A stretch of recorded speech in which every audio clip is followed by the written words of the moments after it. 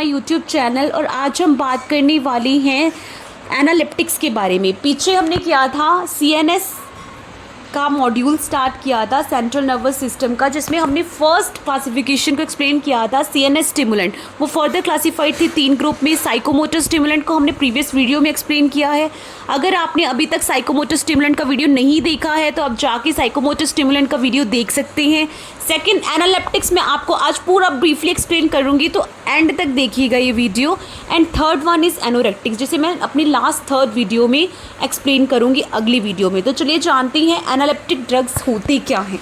एनालिप्टिक्स है ना, एक प्रकार की central nervous system stimulate medicine होती है। ये मेनली ना हमारे ब्रेन स्टेम को ना एक्टिवेट करती है। ब्रेन स्टेम ना हमारे शरीर में बहुत ज़्यादा इम्पोर्टेंट काम करता है, जैसे कि रेस्पिरेशन का, कार्डियोवैस्कुलर फंक्शन को कंट्रोल करने का। इनका उपयोग ना तब किया जाता है जब ना किसी व्यक्ति को सांस लेने में रुकावट होती है, रेस्पिरेटरी डिप्रेशन हो जाता है तब, यानी जब कोई व्यक्ति बेहोश हो जाता है या ड्रग ओवरडोज के कारण उसकी सांसें धीमी हो जाती हैं, बंद हो जाती है। नवजात जो शिशु होते हैं, इन्फेंट होती हैं, उनको जन्म के बाद सांस नहीं आ रही होती, तब डॉक्टर ना एनालिप्टिक्स का इस्तेमाल करते हैं ताकि उनकी सांसें ना फिर से ठीक हो जाए।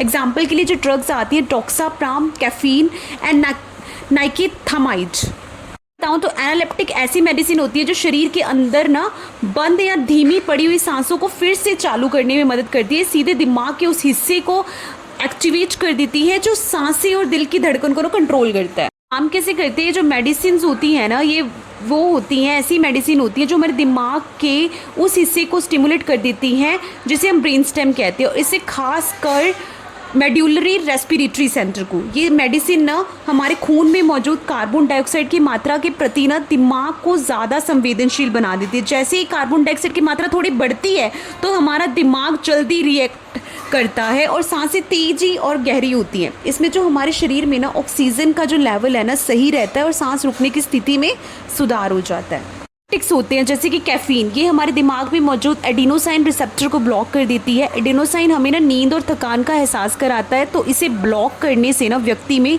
वीकफुलनेस और अलर्टनेस बढ़ जाती है।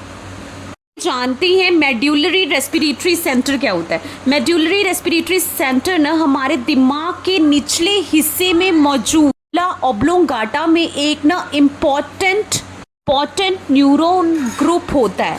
ये हिस्सा ना हमारे ब्रेन स्टेम का एक भाग्य होता है, ठीक है। इसका मुख्य कारण क्या होता है? ये हमारी सांस न लेने की प्रक्रिया मतलब ब्रीदिंग को ना अपने आप ऑटोमेटिक नियंत्रण करता है, यानी हम बिना सोचे समझे दिन रात सांस लेते हैं, वे इसी हिस्से की वजह से लेते हैं। ये हिस्सा ना ये तय करता है कि कब हमें सांस लेनी है, कितनी गहरी लेनी है और कितनी तेजी से लेनी है। एडिनोसाइन रिसेप्टर क्या होता है? एडिनोसाइन रिसेप्टर ना हमारा इंपॉर्टेंट प्रकार के प्रोटीन होते हैं जो कि हमारे दिमाग में और शरीर के जो सेल्स होते हैं उसकी सतह पर मौजूद होते हैं, ठीक है। ये रिसेप्टर्स ना एक रसायन से जुड़ते हैं जिसे एडिनोसाइन कहते हैं। एडिनोसाइन ना हमारे ब्रेन में एक प्राकृतिक शांत करने वाला मतलब कामिंग एजेंट के रूप में काम करता है। इसका होता है दिमाग की गतिविधि को धीमा कर देता है, नींद को बढ़ा देता है, एक्साइटेबिलिटी को कम कर देता है, ब्लड फ्लो को ना कंट्रोल करने में मदद करता है। साइन receptors help to regulate sleep and alertness, blocking them stimulation effect देता है कैफीन के साथ। एडिनोसाइन है हमारे शरीर का प्राकृतिक ब्रेक है जो दिमाग को शांत करने ना, नींद बढ़ाने और रक्त को प्रभाव को नियंत्रण करने में, कंट्रोल करने में मदद करता है। कॉमन एनालिप्टिक ड्रग्स हैं जैसे कि कैफीन, ये माइल्ड एनालिप्टिक होती है, एडिनोसाइन रिसेप्टर को ब्लॉक कर देती है। डॉक्साप्राम जो अभी भी चलती है, ये स्टिमुलेट कर देती है रेस्पिरेशन को via carotid chemo receptor. And then होती है नाइकाथामाइड, हिस्टोरिकल पहले यूज़ करते थे, अब इसको नहीं यूज़ करते हैं due to their safety problem. Theophylline ये कैफीन की सिमिलर होती है, अपीनिया और प्रीमेच्योरिटी में यूज़ की जाती है। तो मेन क्लासिफिकेशन है एनालिप्टिक्स की, 2 क्लासिफिकेशन है इसकी। एक तो ज़ैंथीन डेरिवेटिव होती है, सेकंड होती है ट्री स्टिमुलेंट जिसे हम ट्रू एनालिप्टिक्स भी बोलते हैं। जो ज़ैंथीन डेरिवेटिव होता है ये कैसे काम करता है? They also act as a mild stimulant, adenosine receptor को ब्लॉक करके और साइक्लिक एएमपी को इंक्रीज़ कर देता है। इसमें जो ड्रग्स आती हैं वो होती है कैफीन, थियोफाइलिन, एमिनोफाइलिन, ये कॉम्बिनेशन होता है एमिनोफाइलिन, थियोफाइलिन और डायामाइन। तो ये किसके लिए यूज़ होता है? न्यूनेटल अपीनिया के लिए, माइल्ड सीएनएस स्टिमुलेशन देती है, अस्थमा के लिए, जैसे थियोफाइलिन अस्थमा के लिए भी हम इसको यूज़ करते हैं। देन सेकंड क्लासिफिकेशन है रेस्पिरेटरी स्टिमुलेंट, जिसे हम ट्रू एनालिप्टिक्स भी बोलते हैं। ये जो ड्रग्स होती हैं डायरेक्टली मेड्यूलरी रेस्पिरेटरी सेंटर पे अफेक्ट करती हैं और कीमो रिसेप्टर पे। जैसे कि एग्जांपल है डॉक्साप्राम, ये क्या कर देती है? स्टिमुलेट कर देती है ब्रीदिंग को via carotid body chemo receptor. इसको यूज़ किया जाता है एनेस्थीसिया में और ड्रग इंस्ड्यूस्ड रेस्पिरेटरी डिप्रेशन में। देन नेकेथियामाइड भी एक ड्रग आती है जो पहले यूज़ करते थे, अब इसका यूज़ बहुत ही कम कर दिया गया जैसे सेफ्टी पर्पस। एंड थर्ड आती है क्लासिफिकेशन इसकी अदर सीएनएस एनालेप्टिक, जिसमें हिस्टोरिकल और अभी बहुत ही कम यूज़ किया जाता है, मैंने यूज़ ही नहीं किया जाता, बेमीग्राइड और पिक्रोटॉक्सिन। बेमीग्राइड बार्बिचुरेट एंटीडोट है, ये स्टिमुलेट कर देते हैं रेस्पिरेशन को, लेयरली यूज़ किए जाते हैं इसके साइड इफेक्ट की वजह से। पिक्रोटॉक्सिन क्या होता है? ऑब्सोलेट होती है, बहुत ही पोटेंट सीएनएस स्टिमुलेंट होती है, लेकिन बहुत ही ज़्यादा हाई टॉक्सिसिटी होती है इसकी। यूजेस क्या हैं? What are the therapeutic uses for analeptic drugs? ये फर्स्ट ऑफ ऑल यूज़ किया जाता है नियोनेटल अपीनिया में कैफीन और थियोफिलिन जैसे drug. Second, post anaesthetic respiratory depression में दिया जाता है जैसे doxapram. Third, drug induced respiratory depression में देते हैं, फॉर एग्जांपल अपोइड्स जो कि रेयरली यूज़ करते हैं अभी।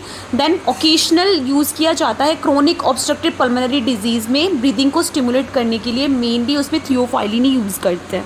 Side effect of analeptic drugs restlessness, trimmers, nausea, vomiting, anxiety हो सकती है, कन्वर्जन्स, ओवरडोज लेने की वजह से कन्वर्जन्स हो सकते हैं, टैकीकार्डिया की कंडीशन। टैकीकार्डिया की कंडीशन क्या होती है? जब आपकी हार्ट रेट 100 से ऊपर बढ़ जाती है। अरिदमिया के चांसेस हो सकते हैं, स्पेशली कैफीन और थियोफाइलिन लेने के बाद।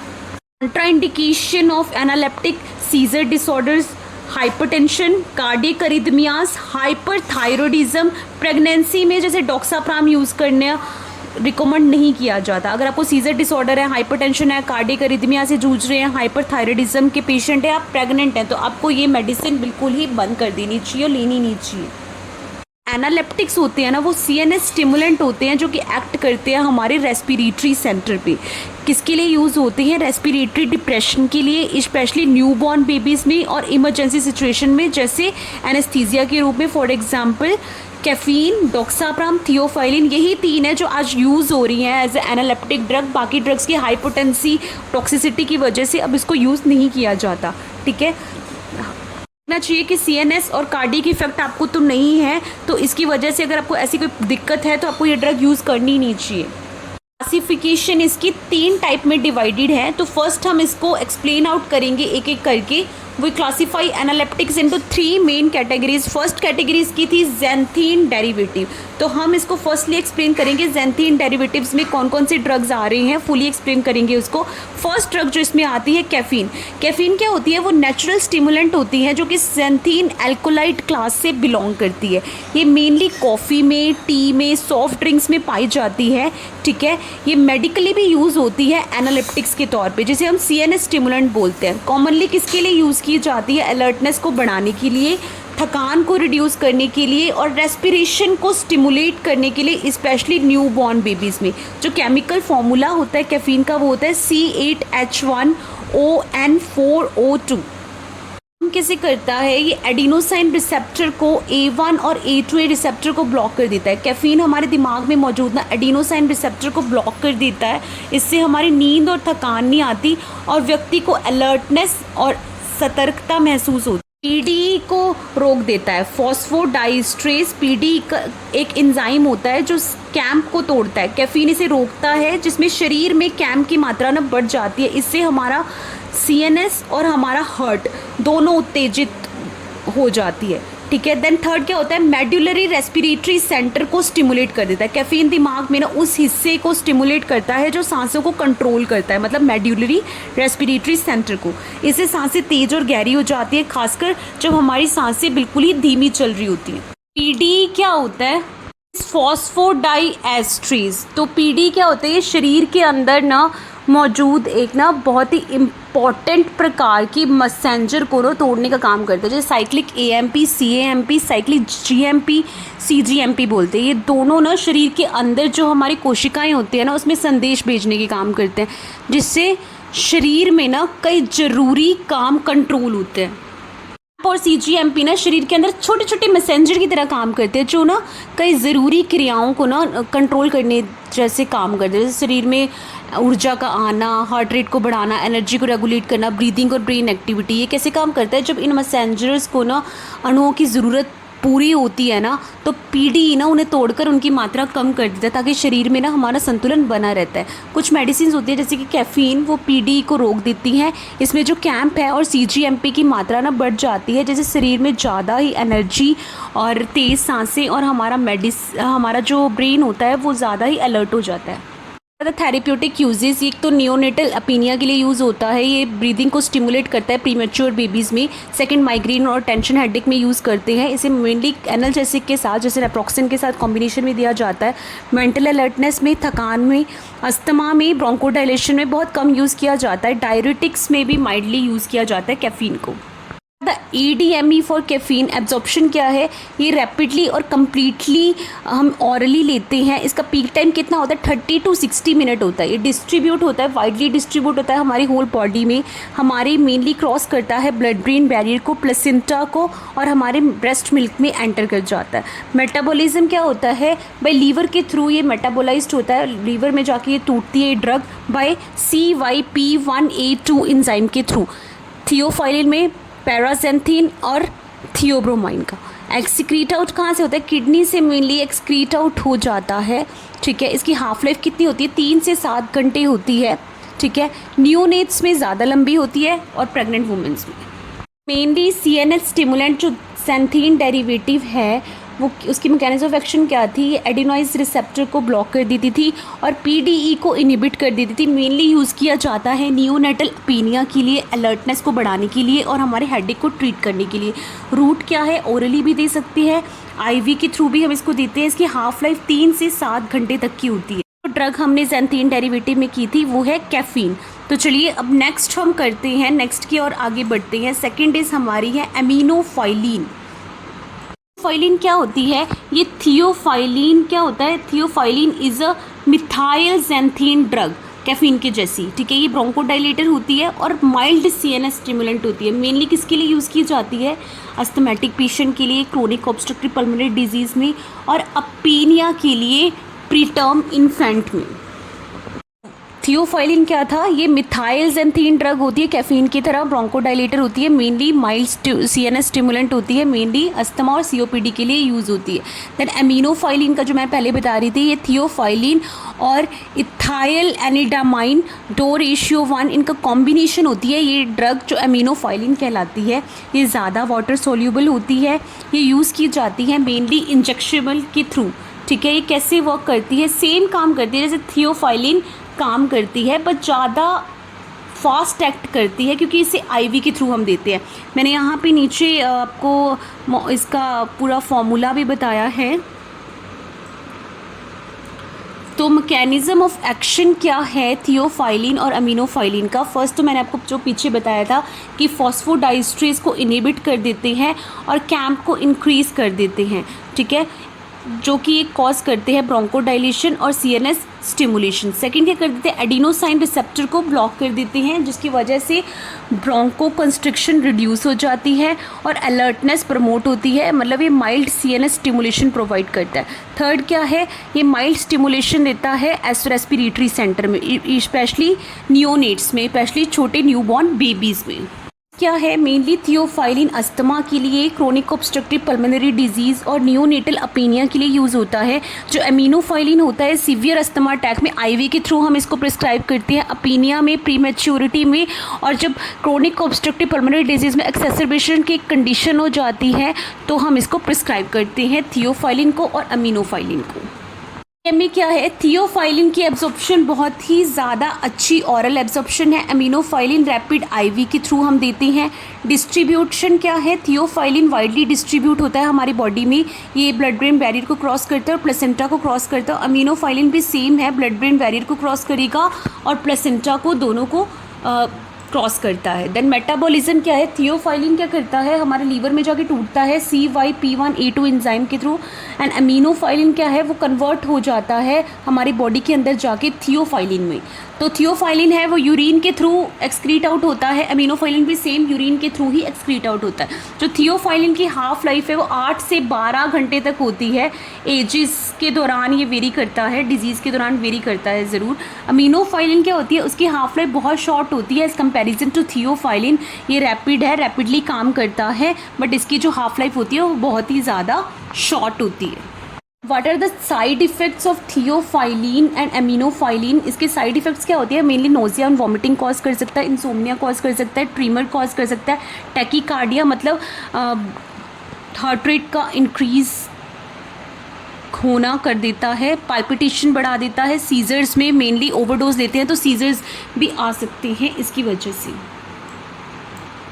देन कॉन्ट्रा इंडिकेशन कॉशंस क्या है, सीजर डिसऑर्डर जिन पेशेंट्स को है वो पेशेंट को सख्त मना किया जाता है मेडिसिन लेने से। कार्डियक अरिथमिया के जिनको चांसेस होते हैं, लीवर डिजीज़ होता है, उन पेशेंट को भी मना किया जाता है। या फिर इसकी ड्रग इंट्रैक्शन है, एरिथ्रोमाइसिन और सिप्रोफ्लॉक्सासिन अगर कोई यूज़ कर रहा है तो उसके साथ हम ये मेडिसिन उसको कभी भी प्रिस्क्राइब नहीं कर सकते हैं। ये मेडिसिन प्रिस्क्राइब करनी डेंजरस हो सकती है, उनकी लाइफ थ्रेटनिंग हो सकती है। तो मैंने आपको बताया था कि किस किस कंडीशन में यूज़ होता है, उसमें से एक कंडीशन बताई थी नियोनेटल अपीनिया। तो चलिए जानते हैं नियोनेटल अपीनिया क्या होता है। नियोनेटल अपीनिया ना एक वो कंडीशन होती है जब जो छोटे नवजात शिशु होती है ना वो टेम्पोरली उनकी सांस रुक जाती है 20 सेकंड के लिए, या 20 सेकंड से ज़्यादा के लिए भी रुक सकती है, 20 सेकंड से कम के लिए भी रुक सकती है, ठीक है, क्योंकि उनकी जो हार्ट रेट है वो स्लो हो जाती है, जिस कंडीशन को हम ब्रेडिकार्डिया भी बोलते हैं, और उसका ऑक्सीजन लेवल कम हो जाता है उनकी बॉडी में, जिसको हम साइनोसिस भी बोलते हैं। को होता है नियोनेटल अपीनिया, मोस्ट कॉमनली होता है प्री मैच्योर बेबीज़ में, जो 8 मंथ में या 7 मंथ में होते हैं उनके लिए मोस्ट कॉमन होता है। The younger the baby the higher the risk, जितना यंग बेबी होगा उतना रिस्क हायर होता है इसको होने का। ये क्यों होता है, बिकॉज जो बेबी का ब्रेन होता है ना और जो उसका रेस्पिरेटरी सेंटर होता है ब्रेन स्टेम में वो फुली डेवलप नहीं हुआ होता, क्योंकि वो प्री मैच्योरली ही डिलीवर हो गया, तो उनका जो ब्रेन है और रेस्पिरेटरी सेंटर है ब्रेन स्टेम में फुली डेवलप नहीं होता, इसलिए उसको ये सांस की दिक्कत आती है छोटे बच्चों को। अपीनिया के कितने टाइप होते हैं, 3 टाइप की अपीनिया होती है। एक तो सेंट्रल अपीनिया, सेकंड ऑब्स्ट्रक्टिव अपीनिया होता है, थर्ड होता है मिक्स्ड अपीनिया। तो फर्स्ट जो सेंट्रल अपीनिया होता है ना उसमें ब्रीदिंग नहीं आती, ठीक है, ब्रीदिंग नहीं आती, जो हमारा ब्रेन होता है ना वो बिल्कुल भी सिग्नल प्रोवाइड नहीं करता हमारी सांस को। जो ऑब्स्ट्रक्टिव अपीनिया होता है हमारे उसमें एयरवेज ही ब्लॉक्ड हो जाते हैं, बेबी ट्राई करता है सांस लेने का बट एयर फ्लो होती नहीं है। मिक्स्ड अपीनिया में क्या होता है, मोस्ट कॉमन टाइप होता है, कॉम्बिनेशन होता है दोनों, सेंट्रल का भी और ऑब्स्ट्रक्टिव का भी। ट्रीटमेंट क्या है इसका नियोनेटल अपीनिया का, कैफीन, सिट्रेट और थियोफाइलिन ड्रग हम देते हैं ब्रीदिंग को स्टिमुलेट करने के लिए, बढ़ाने के लिए। जैसे मैंने आपको सेकंड बताया था ना, ऑब्स्ट्रक्टिव अपीनिया में जो एयरवे ब्लॉक हो जाता है उसके लिए जो बेबीज़ को कैफीन और थियोफाइलिन देते हैं। जेंटल स्टिमुलेशन के लिए टैपिंग, फीट टैप करते हैं उसकी फीट्स को और बैक को, या तो थर्ड बार उसको ऑक्सीजन और CPAP देते हैं सिवियर केसेस में। एंथीन डेरिवेटिव में जो ड्रग्स किए थे caffeine, theophylline, aminophylline. Then second उसकी क्लासिफिकेशन थी हमारी एनालेप्टिक की, रेस्पिरेटरी स्टिमुलेंट्स जिसे हम ट्रू एनालिप्टिक्स भी बोलते हैं, जिसमें ड्रग्स आती है डॉक्साप्राम, नाइकेथामाइड एंड इटामीवन। इटामीवन अब यूज़ रेयरली किया जाता है, मैंने किया नहीं जाता। नाइकेथामाइड भी नहीं यूज़ किया जाता है, बैन है बहुत कंट्री में। Doxapram is still using, fast acting है, IV के दौरान ही हम इसको प्रिस्क्राइब करते हैं। तो डॉक्साप्राम क्या होती है, डॉक्साप्राम फास्ट एक्टिंग ड्रग होती है जो कि ब्रीथिंग को स्टिमुलेट करने में मदद करती है, ठीक है।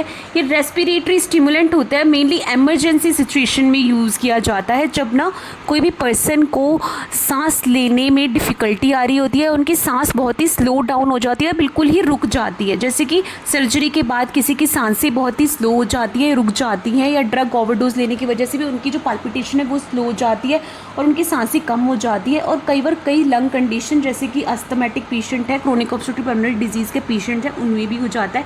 यूजुअली हम IV के दौरान देते हैं ताकि ये क्विकली वर्क करता है, विद इन 30 सेकंड के अंदर ये हमारी बॉडी में वर्क करना स्टार्ट कर देता है। तो केमिकल फार्मूला कैफीन का इसका होता है हमारा C8H10N402। ऑफ एक्शन क्या होता है, ये कैरोटिड बॉडी के ना कीमो रिसेप्टर को स्टिमुलेट कर देता है। जो कैरोटिड बॉडी ना हमारी गली में एक ना बहुत ही इंपॉर्टेंट हिस्सा होता है जो कि हमारे खून में ऑक्सीजन के लेवल को महसूस करता है।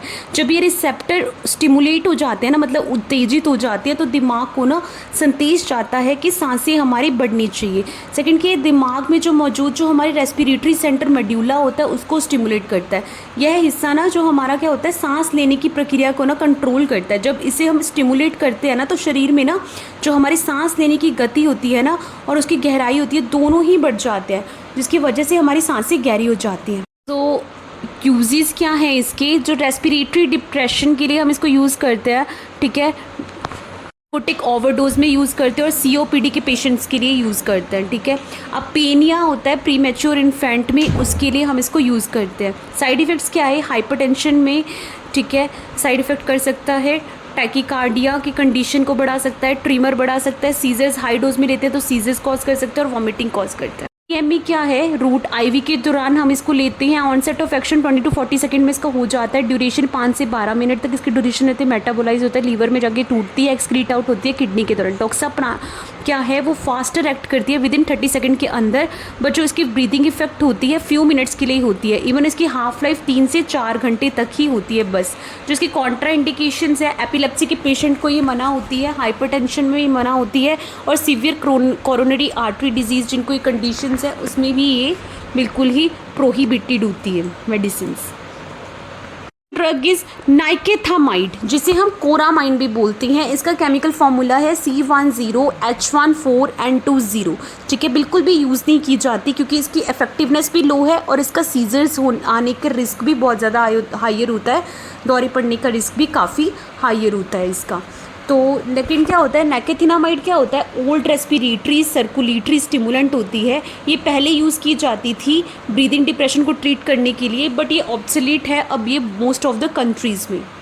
मेनली इसका मैकेनिज्म ऑफ एक्शन यही है, ये मेडुलरी रेस्पिरेटरी सेंटर को ब्रेन में बढ़ा देता है, स्टिमुलेट कर देता है, ठीक है। ये क्या कॉज करता है? इंक्रीज़ करता है ब्रीदिंग को, ठीक है। मच वीकर होता है डॉक्साप्राम से। ये यूज़ किया जाता है, पहले यूज़ करते थे माइल्ड रेस्पिरेटरी डिप्रेशन में, समटाइम फटीक में और फेंटिंग में भी हम इसको यूज़ करते थे। फेंट मतलब चक्कर आ जाना।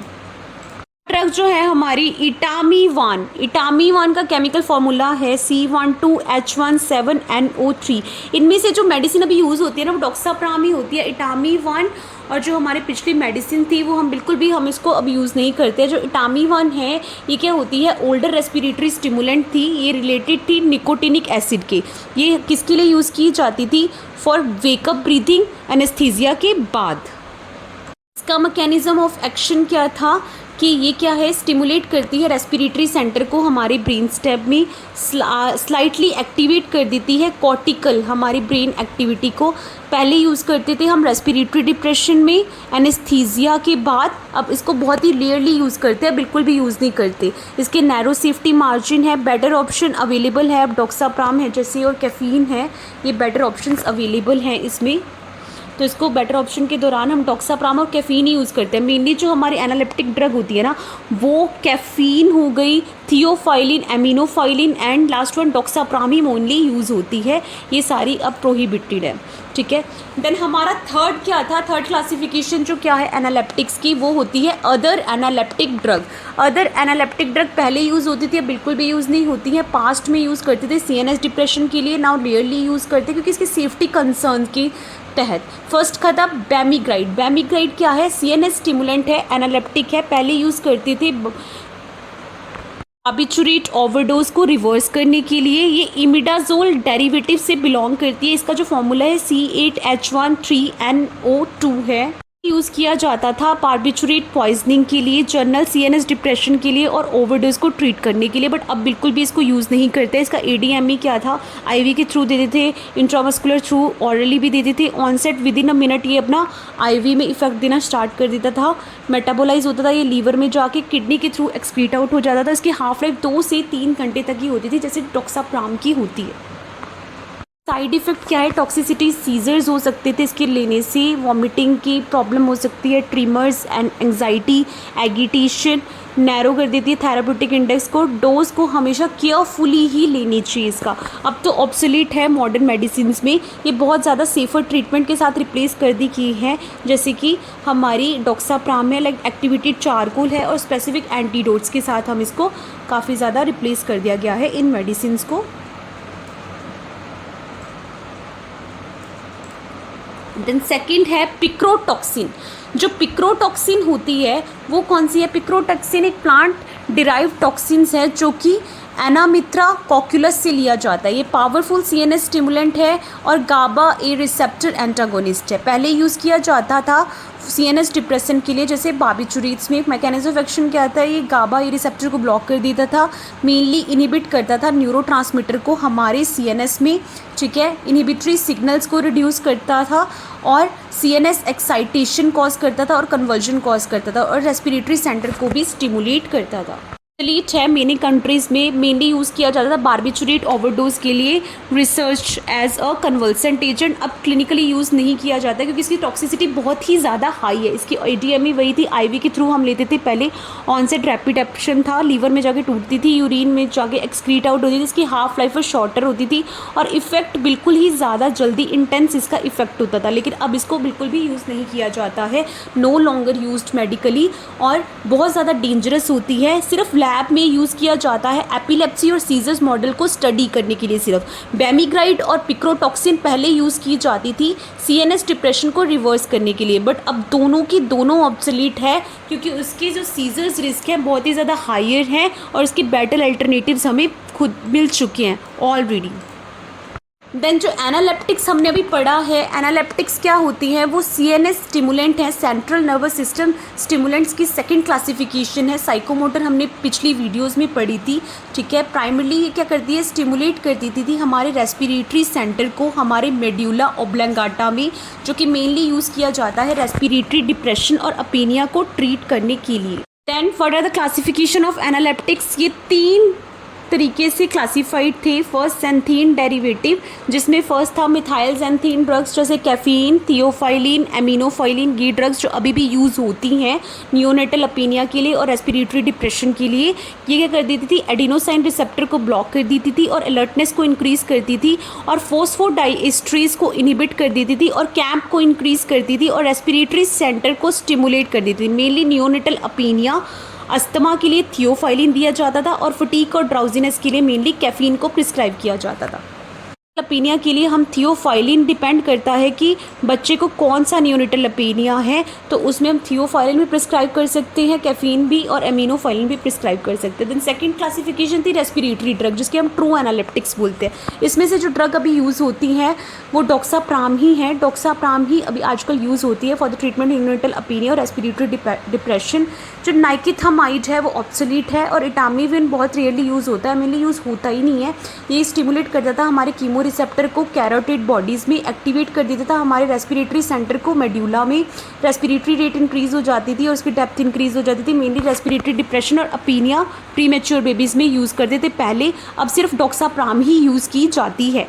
हमारी अदर सीएनएस एनालिप्टिक ये दोनों की दोनों ही अब बैन है, कोई भी नहीं चलती। बेमिग्राइड और पिक्रोटॉक्सिन पहले बार्बिचुरेट एंटीडोट को रिड्यूस करने के लिए यूज़ की जाती थी, उसके ओवरडोज को रिड्यूस करने के लिए। जो पिक्रोटॉक्सिन थी वो पावरफुल गाबा एंटागोनिस्ट थी, बहुत ज़्यादा टॉक्सिक थी, अब सिर्फ रिसर्च के लिए यूज़ हो जाता है, सिर्फ एपिलेप्सी और सीजर्स की स्टडी के लिए हम इसको यूज़ करते हैं, ठीक है। मेनली ये क्लासिफाइड थी 3 ग्रुप में, xanthine डेरिवेटिव, रेस्पिरेटरी ड्रग और हिस्टोरिकल।